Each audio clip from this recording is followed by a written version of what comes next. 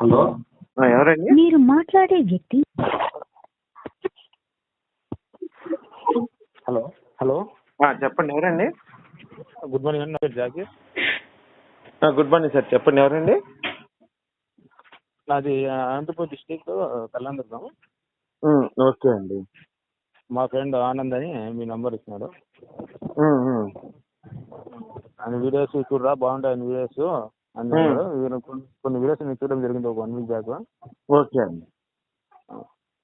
సరే ఏమి నేను ఎదుటికి ఏం చెప్పడం లేదు, నాది సలహా మాత్రమే. చెప్పండి సార్, చెప్పండి, పర్వాలేదు.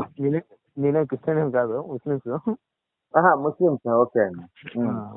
ఏం లేదు, నా చిన్న డౌట్ ఏమంటే ఇప్పుడు ఇది క్రిస్టియన్ గురించి మీ దేవుడు ఎవరు, మీకు యేసు వాళ్ళ తండ్రి ఎవరు అంటే వాళ్ళ తప్పుల గురించి కూడా మీరు మాట్లాడారు చాలా వీడియోలో.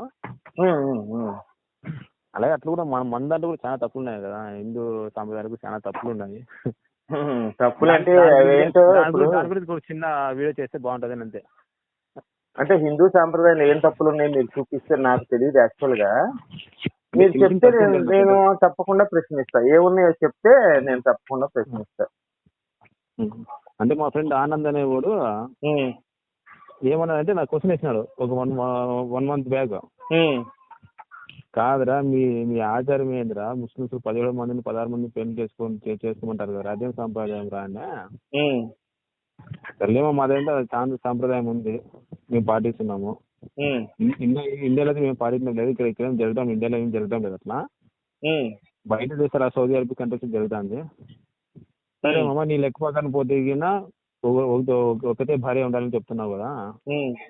ఎక్కడ చెప్పారండి? ఎక్కడుందండి? ఎక్కడే భార్య అని ఎక్కడుందండి? వేదాలు పురాణాలు ఎక్కడుంది ఒకటే భార్య ఉండాలని? మా ఫ్రెండ్ చెప్పినాడు. మా ఫ్రెండ్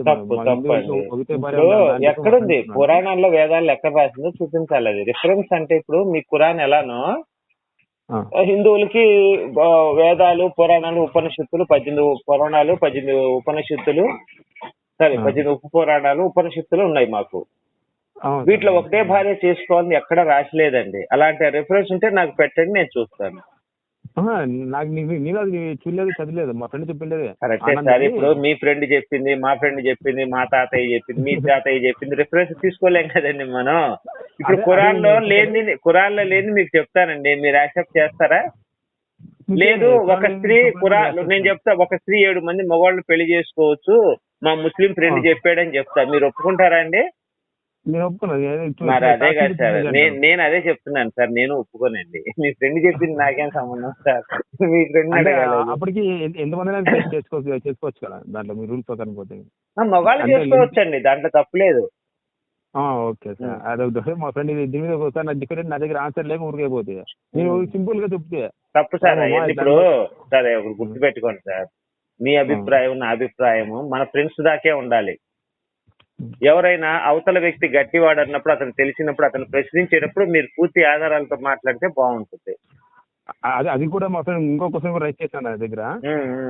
కాదురా మామ, మీరు పిన్నం కూతుర్ని పెళ్లి చేసుకుంటారంట, అదేం సాంప్రదాయం సార్? ఇవన్నీ నాకు చెప్పకండి సార్, ఎందుకంటే నేను ఖురాన్ చదవలేదు యాక్చువల్ గా. మీరు చదివారు ఖురాన్? మీరు చదివారా? ముస్లిం అన్నది చదివారా ఖురాన్?